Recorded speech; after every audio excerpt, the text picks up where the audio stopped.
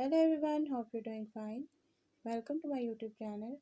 In today's video, I'll be talking about how you can end your call with the power button in your device OnePlus Nord N200. So if you want to end your call with the power button, you just have to follow few steps which I'll be demonstrating in my today's video.